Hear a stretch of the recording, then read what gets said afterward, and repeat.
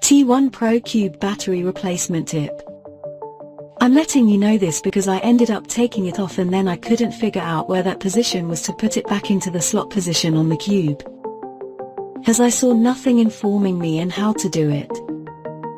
So I added an image to show you the position as well as showing you on this video. Make sure you remember the position of where the 6 is to where the 3 and 2 are. Just a little word of warning before you remove the lid off it. I'll try and explain, but when you take it off, this is what I'll try and explain to you how it gets confusing. They're saving all this around now and middle cube around, and we put it back and we think, oh yeah, put lid back on. You don't know which position now, which way it's going to go. Is it going to go in that way? Snap into place is going to snap into that place.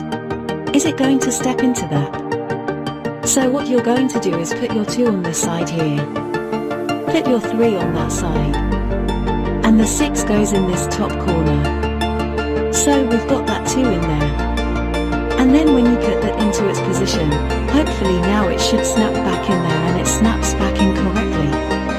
So just make a note of that. That's the cube position. How to put the lid back into it.